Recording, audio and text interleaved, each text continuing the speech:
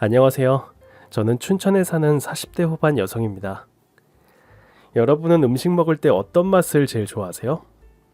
전 어렸을 때 매운 걸 그렇게 좋아했어요. 근데 매운맛이라는 게 통증이라고 하더라고요. 얼얼할 정도로 감각을 못 느낀다는 말인 거죠. 전 20살까지는 사는 게 달콤하고 아주 개운했던 것 같아요. 근데 성인이 된 뒤 한 10년 넘게는 맵다 못해 얼얼했던 것 같습니다. 지금은 입맛이 변해서 매운 걸 잘 못 먹어요. 살맛이 나니까 입맛도 돌고 건강 음식만 찾아 먹게 되네요. 매운 걸 좋아했던 어릴 때 입맛은 우리 아빠를 닮은 거였어요. 김치도 맵게 담그라고 해서 김장김치도 항상 칼칼한 편이었죠. 자상했던 아빠는 엄마를 위해 순한 맛 김치는 따로 담그셨어요. 우리 집 요리사는 아빠였었거든요. 엄마는 어렸을 때 소아마비를 앓아서 몸이 불편하셨습니다. 그래도 성격은 엄마가 더 활달하고 농담도 잘하셨어요. 온갖 개그 프로는 다 보시고 성대모사도 잘하셨죠. 저도 그런 엄마를 조금 닮았고요. 해마다 김장철이 되면 아빠는 힘들 줄도 모르고 일을 하셨죠. 정주야, 아빠랑 김장 좀 하자. 올해 배추가 아주 실해. 또 1년 동안 김치만 주려고? 왜 이렇게 많이 해? 재료들은 다 어떻게 샀어? 어떻게 사긴, 아빠가 모은 돈으로 샀지. 그럴 돈 있으면 나 운동 하나 사주지. 우리 딸, 새해 되면 운동화 꼭 사줄게. 조금만 기다려. 일단 아빠랑 김장부터 맛있게 하자. 전 어려서부터 김장을 도왔어요. 몸이 불편한 엄마는 앉아서 이걸 넣어라 저걸 넣어라 지휘했고, 아빠와 제가 서툴지만 열심히 김장을 했죠. 아빠는 환경미화원으로 우릴 먹여 살리셨고, 엄마는 가끔 동사무소에서 주는 소일거리를 하셨어요. 집안 형편이 솔직히 많이 안 좋았죠. 없는 살림에 김장을 꼭 했던 건 김치가 거의 유일한 반찬이었기 때문입니다. 아빠는 이 김장을 위해 1년 내내 따로 돈을 모으셨죠. 저희 집은 동네에서도 없이 사는 집으로 유명했어요. 가난한데 부부 금슬은 좋다, 웃음이 넘친다, 그런 얘긴 많이 듣고 살았죠. 우리 집 가훈이 웃어야 산다였어요. 힘든 일이 있어도 가족이 모이면 웃을 수 있어야 한다는 거였죠. 많이 웃고 자라서 그런지 전 순한 얼굴에 낙천적인 성격을 갖게 됐어요. 학교 가면 인기가 많은 편이었죠. 남자애들하고도 잘 어울렸고요. 애들 앞에서 유명한 개그맨 흉내도 잘 냈는데, 이런 유머 감각 때문인지 학교에서 제일 잘생긴 애랑 사귀게 됐어요. 전 연애하면서 노는 애는 아니었는데 그 친구는 좀 특별하게 다가왔어요. 걔 이름이 형규였는데 하도 안 웃어서 얼음왕자라는 별명이 있었죠. 얼굴은 하얀 게 눈은 또 얼마나 큰지 가까이서 보면 와 소리가 절로 났어요. 잘 안 웃으니까 인상이 차가워서 신비스럽다는 인상도 있었죠. 형규와 고등학교 2학년 때 같은 반 옆자리에 앉게 됐고, 전 우연히 걔가 웃는 걸 보게 됐어요. 친구들 앞에서 유행어를 했는데 형규가 피식 웃더라고요. 너무 깜짝 놀라서 물었죠. 주형규, 너도 웃을 줄 알아? 근데 언제 웃었냐는 듯이 표정을 싹 바꾸더라고요. 그리고 알게 됐죠. 형규가 저 있을 때만 웃는다는 것을요. 잘생긴 애가 웃기까지 하니까 눈이 부시더라고요. 이상한 건 저랑 있을 때만 소리내서 웃는 거였어요. 제가 하는 짓이 귀엽다면서요. 애들이 제 말을 안 믿을 정도였어요. 형규는 웃을 줄 모르는 앤데 꿈꾼 거 아니냐고 할 정도였죠. 알고 보니까 형규는 밝은 성격을 가진 절 좋아하고 있었대요. 고백받고 저도 형규한테 확 끌렸고요. 그러나 저희는 공통점이 많진 않았어요. 형규네 집은 사업하면서 굉장히 잘 사는 집이었고 돈도 많았죠. 저는 용돈도 없이 다녔는데 형규는 매번 데이트를 할 때마다 돈을 아끼지 않았어요. 선물도 학생치고는 꽤 고가의 것들을 하더라고요. 지갑, 운동화, 가방, 티 이런 걸 사주는데 나중엔 부담스러울 정도였죠. 밥을 같이 먹자더니 스테이크를 사준 적도 있었어요. 전 칼질도 잘 못하는데 형규는 능숙하더라고요. 제가 떡볶이나 먹자고 하면 자기가 먹고 싶어서 그런다면서 레스토랑에 데려가는 식이었어요. 그렇게 고3이 됐고 전 가정 형편 때문에 대학에 못 가는 상황이 됐죠. 사립대학 등록금이 어마어마하더라고요. 서울대까지는 못 가고 그 밑에 대학은 노릴 수 있었는데 장학금 받을 생각하면 더 아래 대학을 지원해야 했어요. 근데 제 자존심이 허락하지 않더라고요. 결국 그 학교 못 가면 안 가겠다고 선언했고 친구들은 다 원서 쓸 때 전 그냥 놀았어요. 하루는 선생님께서 절 붙잡고 설득을 하셨죠. 정주야, 성적도 좋은데 원서 정말 안 쓸 거야? 대학 이렇게 포기해도 돼? 너 같은 애가 대학을 안 가면 어떻게 하니? 선생님, 저 그냥 포기할래요. 집안 형편에 제가 가고 싶은 대학 지금은 꿈도 못 꿔요. 돈 벌어서 나중에 갈게요. 공부머리 어디 가는 거 아니잖아요. 대학 등록금에 책값, 용돈을 생각하지 않을 수가 없었어요. 직장 다니면서 돈 좀 벌다가 생활이 안정되면 다시 도전하고 싶었죠. 아버지는 공부에도 때가 있는 거라고 하셨지만 끝내 제 뜻을 꺾진 못하셨어요. 아빠, 나 어린애 아니야. 우리 집 사정 뻔히 아는데 어떻게 대학을 가. 나 꼭 가고 싶은 대학이 있는데 거기 돈 벌어서 갈 거야. 일단 월급 받으면서 일하고 엄마 아빠 집도 사들인 다음에 대학 갈래. 우리 생활비도 모자라잖아. 이 녀석아, 무슨 집이고 생활비야. 아빠가 더 노력할 테니까 대학 가. 나중에 후회해. 부모님, 선생님, 형규까지 말렸지만 전 완강하게 버텼고 원서 한 장 안 쓰고 졸업을 했습니다. 일단 꼬박꼬박 월급 받을 수 있는 곳에 취업했어요. 첫 월급 받았을 땐 정말 신났죠. 부모님 속옷 사고 형규 선물도 사줬어요. 내 이름으로 된 통장에 첫 월급이 들어왔을 때의 기분은 절대 잊지 못해요. 첫 직장 생활은 물론 쉽지 않았어요. 부서 언니들 텃세도 있었고 유부남 상사가 추파를 던져서 힘들기도 했죠. 가끔은 형규가 회사 앞으로 절 데리러 온 적이 있었어요. 그걸 보고 직장 언니들이 한마디씩 하더라고요. 저렇게 키 크고 잘생긴 대학생이 애인이냐고 하면서 그 관계 절대 오래 못 간다고 하는 분도 있었죠. 전 그런 일은 없다고, 우리 진짜 안 헤어진다고 큰 소리를 쳤어요. 근데 조금 불안한 마음도 있긴 했죠. 동네에서 고등학교 동창들을 마주치면 꼭 형규 얘기를 들었죠. 정주야, 오랜만이네. 퇴근해? 어디가? 저녁 다 됐는데. 지금 미팅하러 가는 중. 참, 너 여전히 형규랑 사귀는 거야? 응, 계속 만나고 있어.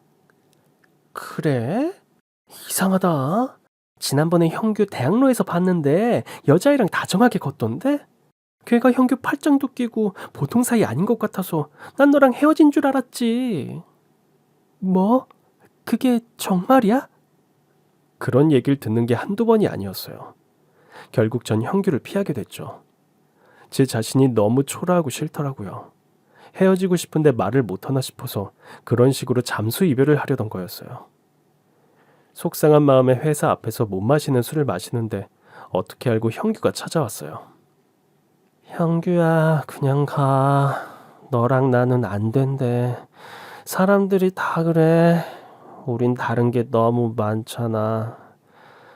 난 부잣집 아들이지만 난 가난하고, 넌 명문대 학생이지만 난 돈 벌어 집에 생활비 대는 처지고. 너 별명이 얼음왕자였던 거 알지? 너랑 난 왕자와 시녀, 아니 왕과 무술이 이런 거야. 그러니까 우리 끝내자. 나도 지쳤어. 정주야, 그게 다 무슨 말이야? 연락도 없이 이런 데서 혼자 술 마시고. 도대체 이유가 뭔데? 일어나자, 빨리. 넌 가. 대학로에서 팔짱 끼고 돌아다니는 그 애한테 가라고. 여긴 왜 온 건데? 나도 이별할 줄 알아. 쿨한 이별 해주겠다는데 왜 안 가고 버티니? 그때 형규는 절 와락 안았고 자기한텐 저밖에 없다면서 울더라고요. 너무 깜짝 놀랐죠. 사귀면서 형규가 운 건 처음 봤거든요. 그날 밤 우린 함께 밤을 보내게 됐어요. 형규도 술을 마시게 됐고 둘 다 취해서 하룻밤 불장난을 벌인 거죠. 그리고 거짓말같이 전 임신이 되고 말았습니다. 형규에게 임신 사실을 알린 날, 당황한 형규 얼굴 보면서 우린 정말 끝났구나 했죠. 둘 다 20살, 너무 어렸어요. 결혼도 10년 뒤에나 하자고 했던 우린데 덜컥 애부터 가졌으니 큰일이 난 거였죠. 근데 형규 반응은 제 예상과 너무 달랐어요. 제 손을 꼭 잡으면서 고맙다고 하는 거였습니다. 고마워? 뭐가 고마워? 우리 큰일 났어. 이제야 진짜 내 가족이 생긴 것 같아. 정주야, 난 기뻐. 진심이야. 너 제정신이야? 우리 고작 20살밖에 안 됐다고. 그리고 새로운 사실을 알게 됐습니다. 형규는 오랫동안 바란 게 있었대요. 실은 지금 같이 살고 있는 엄마가 계모라는 것도 이때 알게 됐죠. 형규가 초등학생 때 엄마가 병으로 돌아가셨고 아버지마저 중학교 때 세상을 떠난 거였어요. 지금 같이 사는 엄마는 새엄마고 동생들도 새엄마가 데려온 피 한 방울 안 섞인 애들이라는 거였죠. 나 중학교 때 아빠 돌아가신 이후로 한 번도 정이란 거 느껴본 적 없어. 웃을 일도 없고 하루하루가 괴로웠는데 학교에서 널 보면 그냥 웃음이 나왔어. 네가 개그 칠 때마다 웃었던 거 사실 나도 놀랐어. 귀여운 얼굴로 천연덕스럽게 개그를 하는데 그 순간만큼은 정말 좋더라. 정주야, 난 네가 정말 좋아. 우리 아기 생긴 것도 진심으로. 기뻐. 믿어줘. 알고 보니 형규는 아버지가 돌아가신 이후 계모 밑에서 학대를 받았던 거였어요. 너무 힘들고 괴로워서 웃음을 잃었던 거였어요. 형규야, 난 몰랐어. 그동안 왜 말 안 했어? 다 털어놓고 나한테라도 기대지. 너 진짜 바보구나. 그러니까 정주야, 헤어지자는 말 하지 마. 나 너 없으면 안 돼. 형규가 어루망자가 된 건 가정 환경 때문이었어요. 새엄마는 형규가 어리다는 이유로 집안 재산을 다 가로챘고 온갖 서름을 다 당한 것 같았어요. 굶는 건 예산일이었고 날마다 계모의 욕과 막말로 힘들었다는 거였죠. 고작 중3이었던 형규는 아버지마저 잃은 충격이 1차로 컸고 새엄마와 동생들의 구박과 학대에 2차로 큰 충격을 받았다고 했어요. 당시 미성년자인 형규가 할 수 있는 건 별로 없었다는 거였죠. 그래도 형규가 버틸 수 있었던 건 부모님이 살아계셨을 때 줬던 사랑 때문이라고 했습니다. 그걸 고스란히 기억하고 있었고 계모의 행동이 잘못된 거라는 걸 알아서 자기까지 엇나가고 싶지 않았대요. 그러다 저와 사귀게 됐고 함께 했으면 편하고 행복해서 너무 좋았대요. 사실 너랑 만나서 먹으러 갔던 거 전부 다 우리 부모님과 외식했던 데였어. 넌 비싸다고 부담스럽다고 했지만 너랑 같이 갈 수 있어서 내가 얼마나 좋았는 줄 알아? 이제 아기 태어나면 셋이 같이 가자. 고마워 정주야. 동갑내기 형규는 아기의 존재를 알게 된 그 순간부터 무척 믿음직스럽게 행동했어요. 저흰 서로를 더 믿고 사랑하게 됐고 아기는 뱃속에서 건강하게 자라줬죠. 문제는 돈이었습니다. 회사엔 입덧이 심해지면서 더는 못 가게 됐어요. 회사 언니들이 제가 헛구역질하는 걸 보고 눈치를 채더라고요. 어느 날 형규는 저한테 폭탄 선언을 했어요. 아기를 위해서 용기를 내봐야겠다고 하면서 절 어디로 데려갔죠. 그곳은 형규가 새엄마와 살던 집이었어요. 아기 생각해서 해볼 수 있는 건 다 해봐야지.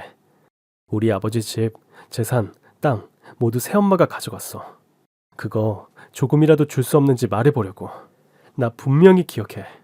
성인 되면 나한테 일부 돌려주겠다고 약속했던 거. 자기도 사람이면 죽으면 양심의 가책이 있겠지. 전 형규만 믿고 그 집으로 들어갔어요. 정원부터 대단했습니다. 넓은 정원, 꽃과 잔디, 각종 나무들이 너무 근사했어요. 세련된 집안 내부도 절 주눅들게 하더라고요. 거기서 전 형규를 괴롭힌 새엄마와 만나게 됐죠. 동화에 나오는 마녀처럼 화려한 인상에 성형을 얼마나 했는지 얼굴이 터져나갈 것 같았죠. 보기만 해도 등에 땀이 나더라고요. 화려한 외모와 달리 저와 형규를 대하는 건 야박하기 짝이 없었습니다. 첫 마디부터 이랬어요. 너 여기가 어디라고 여자애를 데려와? 내가 소문을 듣긴 들었다.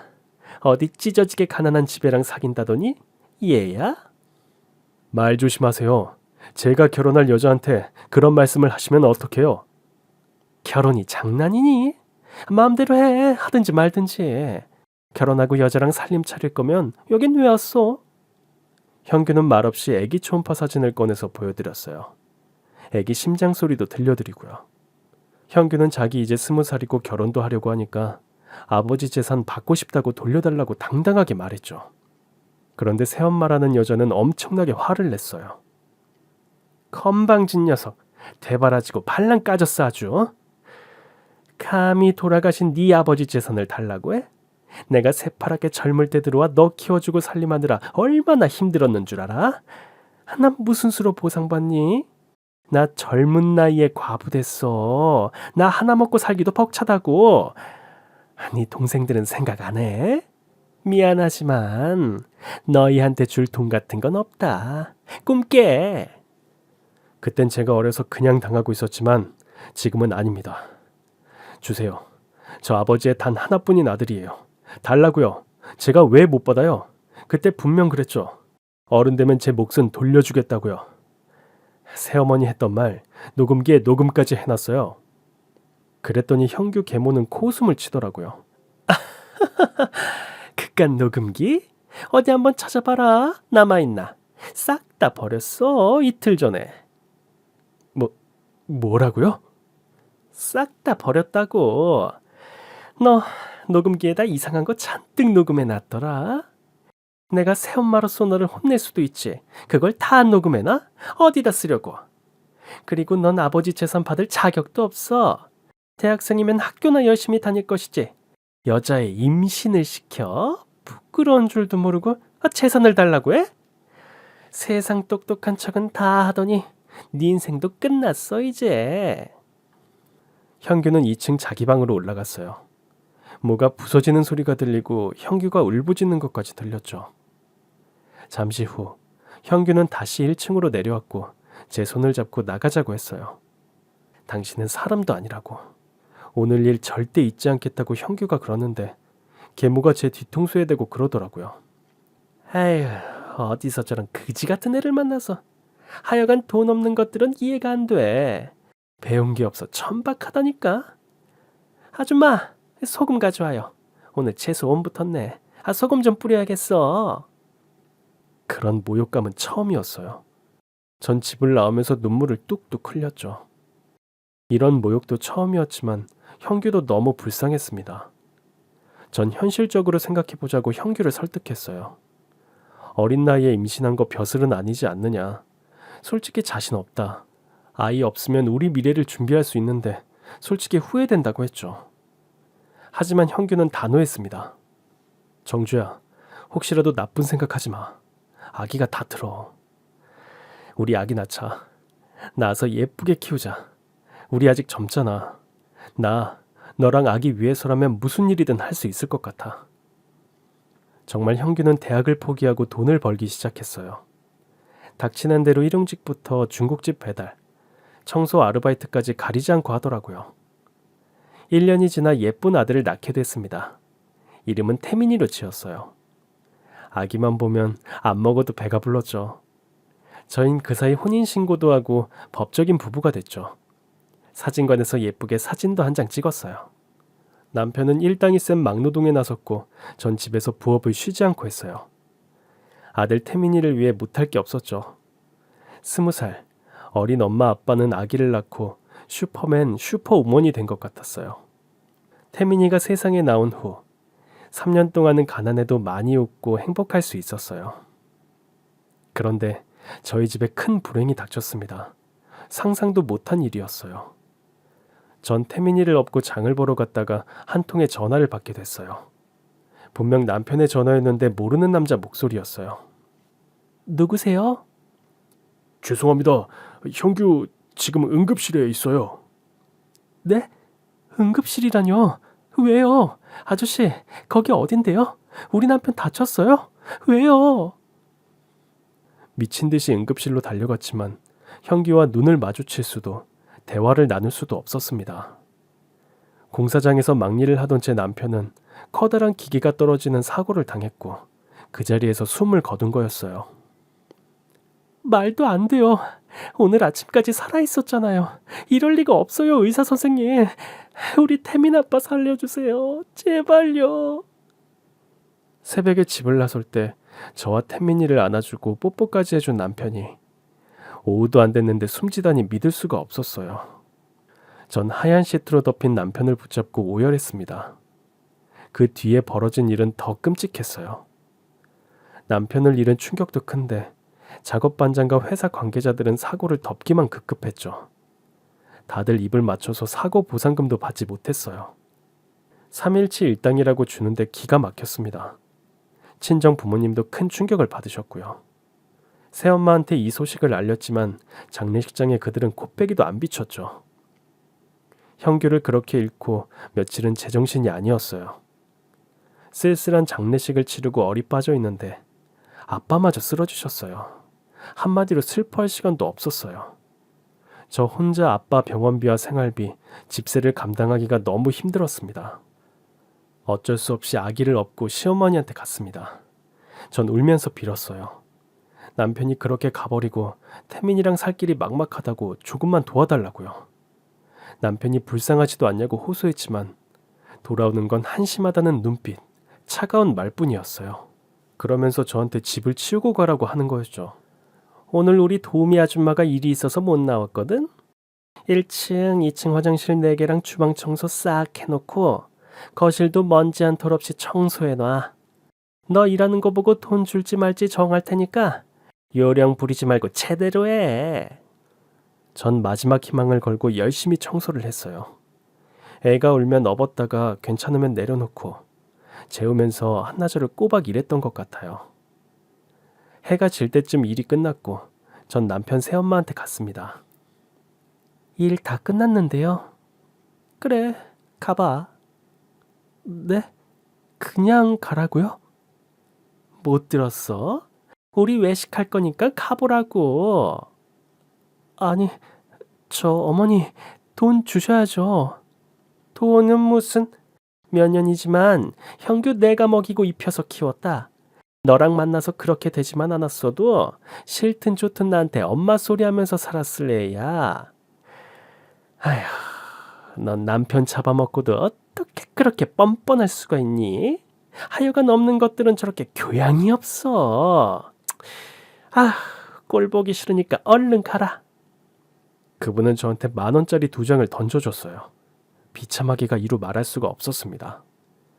전 눈물을 삼키면서 그 20,000원을 주워 주머니에 잘 넣었죠. 나오면서 다시는 이 집에 발을 들이지 않겠다 이를 갈며 다짐했어요.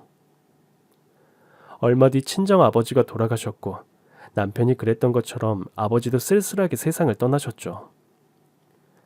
딸이 공무원 되는 모습, 대학 가는 모습도 못 보여드리고 너무 한이 맺혔어요. 가슴에 피멍이 드는 것 같았죠. 장례를 끝내고 전 당장 일을 하러 나섰습니다. 어린 아들과 몸이 불편한 친정 엄마를 위해서 뭐라도 해야 했어요. 그러다 장사가 잘 되는 대박 맛집에서 고정으로 일하게 됐습니다. 전 남들보다 더 긴 시간 일을 하면서 매니저 역할까지 하게 됐어요. 당연히 돈을 더 벌 수 있었죠. 그 식당은 신문, 방송에도 나오는 유명한 식당이라 매일같이 줄이 어마어마했어요. 고정 수입이 들어오니까 숨통이 트이더라고요. 집도 번듯한 방 2개짜리 전세로 옮기고 태민이도 커서 어린이집을 다니게 됐죠. 모든 게 잘 굴러가던 어느 날이었습니다. 전 식당에서 그분을 손님으로 보게 됐어요. 남편의 새엄마와 그 아들들이었습니다. 멀리서 그들을 본 순간 심장이 덜컹하고 내려앉았어요. 직감적으로 피해야겠다는 생각이 들었죠. 일부러 그쪽으론 가지도 않고 다른 데만 신경 쓰고 있었는데 하필 화장실 앞에서 딱 마주치고 말았습니다. 남편의 새엄마는 제 옷자락을 붙잡았어요.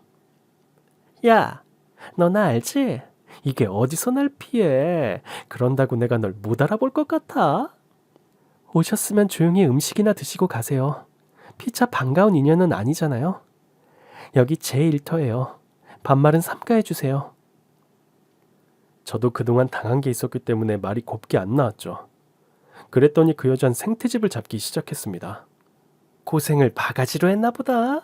너 되게 늙어 보여. 여기서 알바하는구나. 에휴, 하루 벌어먹고 사는 하루살이 인생 못 면했니? 꼴 좋다. 너 입에 풀칠은 하고 사니? 아휴, 구질구질한 인생. 풀칠을 하든 여칠을 하든 상관할 거 없잖아요. 이보세요. 나이 드셨으면 마음을 좀 곱게 쓰세요. 언제까지 사람 괴롭히면서 악담이 나면서 사실 건데요. 그리고 저 여기 매니저예요. 매장 책임자라고요. 함부로 사람 대하지 마세요. 그분의 악담에 말이 뾰족하게 나왔어요. 그랬더니 남편의 새엄만 난동을 부리기 시작했죠. 자리로 돌아가더니 반찬 그릇을 다 뒤집고 소리소리를 지르더라고요. 여기 매니저 누구야? 장사 엄청 더럽게 하네. 딱 보니까 반찬 재활용 같은 거 하나 보지? 고기에서도 냄새가 나고. 여기 책임자 다 나와. 비싼 돈 받고 이런 쓰레기 같은 음식을 팔아도 돼? 유명한 맛집이라고 해서 왔더니 순 사기꾼 집단 아니야. 직원들은 쩔쩔맸고 제가 나섰어요. 손님 진정하세요. 사장님 지금 자리에 안 계세요. 주방 한번 가보실래요? 저희 반찬 재활용 같은 거 절대 안 합니다. 깍두기도 감자조림도 다 오늘 한 거예요. 메인 음식도 그렇고요. 그걸 누가 믿어? 여기 안 되겠네. 내가 이 식당 고발할 거야. 뉴스에도 찌를 거고 맛집 좋아하네. 유명세만 믿고 이렇게 대충 장사해서 먹고 살 수 있겠어? 왜 이러세요? 직원들이 얼마나 열심히 일하는데 그런 누명을 씌우시면 어떻게 해요? 개인적인 감정은 저한테 풀어야지. 왜 식당을 난장판으로 만들어요? 나가세요. 나가시라고요. 남편 새엄마를 쫓아내는 데는 성공했지만 그들의 모함은 계속돼서 결국 전 매니저 자리에서 해고되고 말았어요. 그들은 이 식당이 더럽고 양심이 없다면서 없는 소문을 만들어냈고 한동안 매출이 떨어지게 됐죠. 전 모든 사태에 책임을 지겠다고 하고 그 식당을 나온 거였어요. 이제 먹고 살만해졌는데 또 나타나 회방을 놓은 거였죠. 전 그들이 식당에서 나갈 때 했던 말을 평생 잊을 수 없을 것 같아요. 감히 우릴 쫓아내? 니까지 깨? 참. 애는 잘 크고 있니? 안 봐도 뻔하지 뭐. 걔도 네 엄마처럼 몸이 불편하게 태어난 건 아니고. 암튼 너만 만나면 난 하루 종일 재수가 없더라. 앞으로 내가 어떻게 하나 두고 봐. 이 식당 망하게 할 거니까 두고 보라고. 가슴에 비수가 꽂혔죠. 비록 식당에서 해고는 됐지만 전 더 강해지기로 마음먹었어요. 더 이상은 그 여자와 아들들한테 당하고만 살 수 없었습니다. 한평생 희생한 우리 엄마까지 모욕하다니 더 참을 수가 없었죠. 전 이를 득득 갈았고 다시는 이런 일 당하지 않겠다 결심했어요. 며칠 후 태민이를 재우는데 아이가 묻더라고요. 엄마 출근 안 하냐고요. 그래서 대답했죠. 엄마 열심히 돈 모아서 멋진 식당 열 거라고요. 그랬더니 태민이가 한박 웃음을 지으면서 제 볼에 뽀뽀를 해주면서 이렇게 얘기했어요. 자긴 엄마가 제일 좋다면서 나중에 크면 엄마 큰 집 사줄 거라고 약속도 해줬어요. 아빠 없이 크는 것도 짠한데 투정 한번 안 부리는 그 어린 것이 얼마나 기특하고 짠하던지 모릅니다. 태민이가 잠든 후 전 조용히 눈물을 흘렸어요. 하지만 이게 마지막 눈물이다 다짐했죠. 어떻게든 성공해서 남편의 새엄마, 그 동생들에게 복수를 하자는 그런 생각이 들더라고요. 제가 여기서 약해지고 무너지면 우리 태민이까지 불행해질 것 같았어요. 그 뒤부턴 절대 울지 않았습니다. 대신 두 팔 걷어붙이고 열심히 살았어요. 맛집에서 배운 것들로 작게라도 식당을 차리는 게 제 목표였죠. 그 사이 태민이는 초등학교에 입학했고 연로한 할머니를 보살피는 역할까지 도맡게 됐어요. 일찍 처리된 것 같아 마음이 아팠지만 착한 제 아빠를 생각하면 태민이가 그러는 게 당연하다는 생각도 들었죠. 시간은 흘러 정말 식당을 개업하게 됐고 장사는 진짜 잘 됐어요. 몸은 고돼도 돈 버는 재미가 너무 쏠쏠해서 신나게 일을 했던 것 같습니다. 작게 시작한 식당을 2번이나 넓히게 됐고 제 나이도 40이 되어갔습니다. 그 사이 친정어머니는 돌아가셨고 40줄에 들어서니 우리 태민이도 거의 성인이 됐죠. 조금씩 제 삶도 안정돼 갔어요. 죽기 살기로 노력하다 보니 이런 날도 오는구나. 여유를 갖고 돌아볼 수도 있었죠. 장사를 하면서 단골들이랑도 친해지고 주변 상인들분과도 친분을 쌓았는데 하루는 이런 얘기를 들었어요. 남편이 어릴 때 새엄마한테 아버지 재산을 다 빼앗겼다. 그래서 태민이랑 고생을 많이 했다는 사연을 듣더니 소송을 해보라는 거였죠. 이제 먹고 살만해졌으니까 좀 알아보면 어때? 그때 죽은 남편이 어리고 뭘 몰라서 다 뺏긴 거잖아. 엄연히 친자인데. 남편 유산 이제라도 소송 통해서 받을 수 있지 않을까? 시간이 이렇게 지났는데 그게 가능할까? 내가 아는 변호사 있는데 한번 가볼래? 상속, 유산 부분에서 아주 유명해. 그렇게 전 변호사를 소개받아 상담을 갖고 뜻밖의 말을 듣게 됐어요. 변호사는 전후 사정을 자세히 알아보더니 받을 수 있는 돈이라고 하더라고요. 소송을 걸게 되면 들게 될 시간과 비용까지 설명을 듣고 사무실에 나섰습니다. 그 길로 남편이 살던 그 집을 찾아갔어요. 오래전의 기억으로도 찾아갈 수가 있었죠. 가는데 눈시울이 자꾸 뜨거워지더라고요. 남편과의 추억이 생각나 아련하기도 하고 마음이 안 좋았죠. 갔더니 남편 새엄마와 동생들은 이사가고 새 주인이 살고 있더라고요. 부동산에 물어보니까 이사 나간 것도 꽤 됐다고 하더라고요. 전 고민에 빠졌습니다. 소송을 하면 다시 남편 새엄마를 봐야 하는데 그분한테 들었던 막말과 모욕이 또다시 떠올랐어요. 남편의 재산을 찾는 과정에서 다시 그 모욕을 겪으려니 자신이 없더라고요. 제가 고민된다고 하니까 친구가 저한테 이런 말을 해줬어요. 태민 엄마, 지금 이렇게 잘 사는데 긁어부스럼 만들 건 뭐 있어.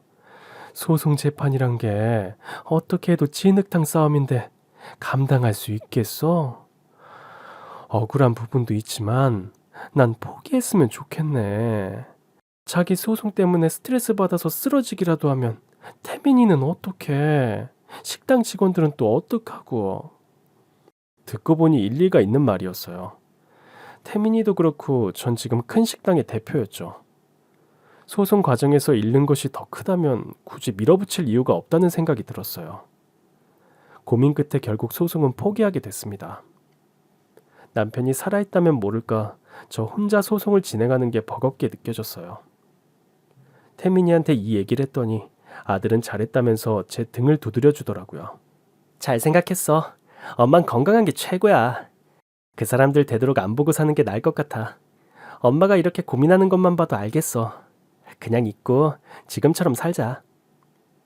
그렇지. 돈도 돈이지만 마음 편한 게 제일이지? 느낌인데 아빠도 크게 바라진 않을 것 같아. 잘 생각했어, 엄마. 힘든 일에 절 위로도 하고 격려도 해줄 만큼 아들 태민이는 훌륭한 청년으로 자랐어요. 아들은 20살이 되자마자 특전사에 입대했고 훈련도 잘 마치고 나왔죠. 사실 태민이는 대학에 가는 걸 고민하고 있었어요. 고등학교 때 진로를 정하면서 태민이는 엄청 고민하더라고요. 자기가 하고 싶은 게 뭔지 확실히 모르겠다고 해서 시간을 더 가져보라고 했죠. 아들은 군대부터 다녀오겠다고 했고 특전사로 갔어요. 아들을 군대 보내고 참 허전했죠. 그렇지만 자기 소신대로 살겠다는 태민이가 기특했어요. 다행히 이젠 경제력이 돼서 태민이 대학 보낼 돈은 다 준비해놨기 때문에 조바심도 없었습니다. 제대하고 나온 태민이는 더 멋진 청년이 돼 있었죠. 나오자마자 엄마인 저를 꼭 안아주는데 남편 생각이 얼마나 났는지 몰라요. 이렇게나 씩씩하고 늠름한 아들을 혼자 보기 아까웠습니다. 그런데 전역한 뒤 며칠 후 아들은 뜻밖의 일로 사람들의 주목을 받게 됐어요. 한밤중에 집에 오는 길이었대요. 술도 깰 겸 한강 다리를 걸어서 건너는데 취객이 비틀거리더니 글쎄 다리 위로 몸을 날리려고 했다는 겁니다. 그걸 보고 태민이는 취객에게 달려들었고 그 사람이 다리 밑으로 떨어지는 걸 간신히 막을 수 있었대요. 그 장면이 지나가던 차의 블랙박스에 찍혔고 그게 온라인상에 공개돼 버린 거였죠. 반응이 엄청났고 곧 매스컴에서 우리 태민이를 찾기 시작했어요. 아들은 고민하다가 딱 한 곳의 방송사와 인터뷰를 했는데 그때부터 더 난리가 나게 됐죠. 우리 태민이의 외모로 화제는 더 커졌어요. 훈훈한 외모와 큰 키, 훤칠한 모습에 갑자기 연예 기획사에서 연락이 오기 시작했어요. 처음엔 당연히 장난인 줄 알았습니다. 사기인 줄 알고 오해도 많이 했고요. 그런데 아니었어요. 식당엔 유명 기획사에서 사람들이 와서 진을 치고 있었죠. 모델 제의가 가장 많았어요. 전 그분들한테 정성껏 밥은 해드렸지만 태민이 일에 감나라 배나라 하고 싶진 않았어요. 아들과 직접 이야기해보시라고 했죠. 어머니께서 말 좀 잘해주세요. 저희 베스트 기획인데 유명 모델들 다 저희 식구거든요. 태민군 그런 얼굴이랑 분위기 정말 흔치 않아요. 여기 명함에 제 폰번호 보이시죠? 꼭 좀 전해주세요. 아이, 김 팀장 이러기야? 내가 먼저 얘기하고 있었다고. 어머님, 저희 홍기획입니다. 아드님 지금 어디 있어요? 여기 명함 드릴 테니까 잘 부탁드립니다. 아유, 여기 음식 맛이 진짜 끝내주는데요. 회사 사람들이랑 또 올게요. 네, 아들한테 꼭 전할게요. 고맙습니다. 전 진지하게 아들한테 물어봤죠. 혹시 연예계 생활 해볼 생각 없냐고요. 하고 싶으면 하라고 밀어주겠다고 했더니 아들이 씩 웃으면서 해봐도 되냐고 묻더라고요. 제 딸은 공부하겠다고 해놓고 연예계로 틀려니 좀 민망했던 모양입니다. 전 아들한테 받은 명함들을 다 줬어요. 전 잘 알아보고 믿을 만한 곳에 연락해보라고 했죠. 그 뒤에 아들은 취직을 구한 일로 표창장을 받게 됐고 유명 기획사에 스카우트 돼서 들어갔어요. 태민이는 모델로 데뷔해 국내에서 인기를 휩쓸더니 해외에서도 유명 스타가 됐습니다. 이후에 배우 활동까지 하게 됐는데 출연하는 영화 2편이 연달아 히트를 치게 되면서 완전히 대박이 났죠. 태민이의 성공으로 제 생활에도 변화가 있었어요. 엄청난 돈을 벌게 된 아들은 저한테 가장 먼저 집부터 사주더라고요. 저는 식당에만 투자할 줄 알았지 낡은 아파트에 살고 있었거든요. 방들이 큼직해서 살만했는데 태민이가 절 설득하더라고요. 어렸을 때 엄마 좋은 집 사주겠다고 약속한 거 잊었냐면서 이사하시라고 몇 번을 그러는 거였어요. 태민이가 사준 집은 정말 감동이었습니다. 넓고 크고 가구까지 좋은 걸로 장만해 줬더라고요. 먼저 세상 떠난 남편이 참 야속했어요. 이런 날도 오는데 뭐가 그리 급해서 일찍도 갔는지 많이 그립더라고요. 엄마, 아빠 생각하는 거지?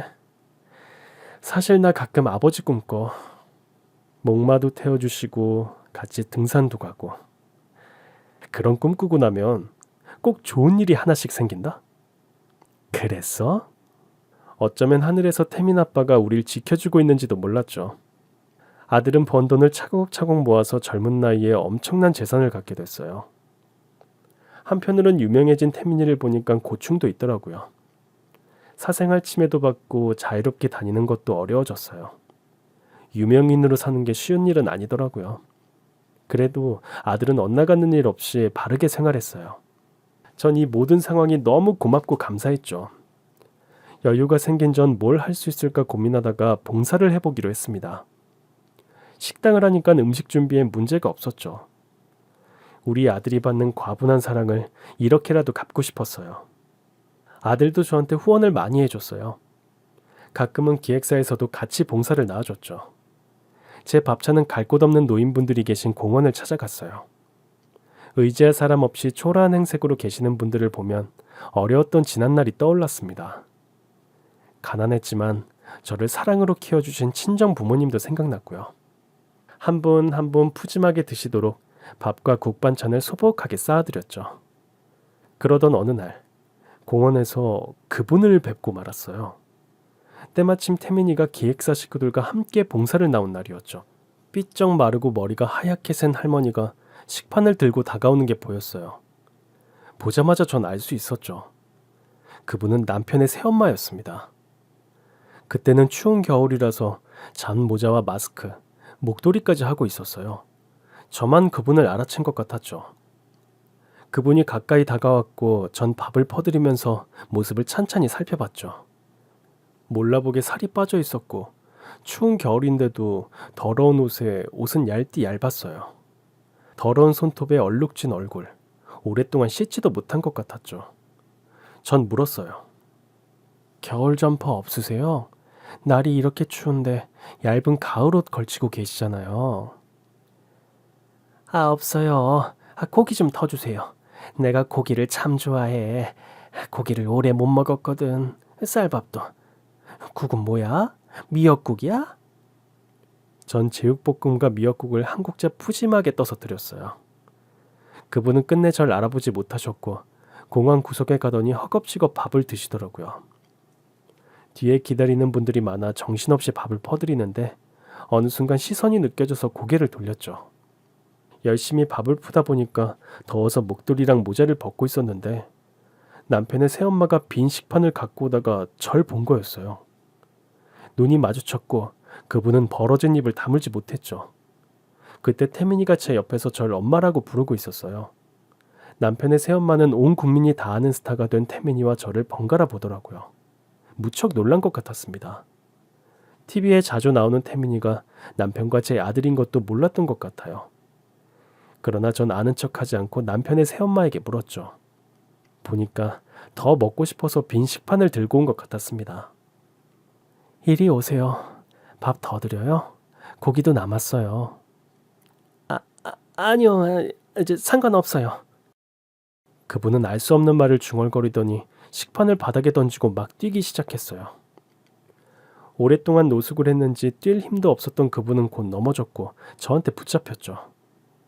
한때 저한테 온갖 모욕을 주었던 남편의 새엄마는 힘없이 길가에 넘어진 채 절 올려다 봤어요. 너 맞냐? 네, 일어나세요. 제 손 잡으세요. 됐다. 가라 그냥. 그분은 절 보기가 창피하고 자존심이 상한 것 같았죠. 끝내 제 손을 안 잡더라고요. 이렇게 살려고 나한테, 형규 씨한테 그렇게 모질게 굴었어요? 내가 그랬냐? 왜 모른 척해요? 다 기억하시잖아요. 어때요? 돈 없이 살아보니까 어떠냐고요? 미안하다. 내가 잘못했다. 뭐가 미안해요? 난 당신한테 진심 같은 마음 있다고 생각 안 해요. 갑자기 남편의 새어머니가 제 바지를 잡더라고요. 너 잘 산다며? 아들도 유명해졌다며? 제가 우리 형규 아들이냐? 저 유명한 총각이 네 아들이었어? 보다시피 난 아무것도 없다. 그 짓꼴을 못 면하고 살아. 나 한 번만 살려다오. 너 돈 많다면서. 응? 나 방 한 칸 구해줄 수 없겠냐? 내가 진짜 잘할게. 형규한테 내가 모질게 한 건 맞지만 잘해준 적도 많았다.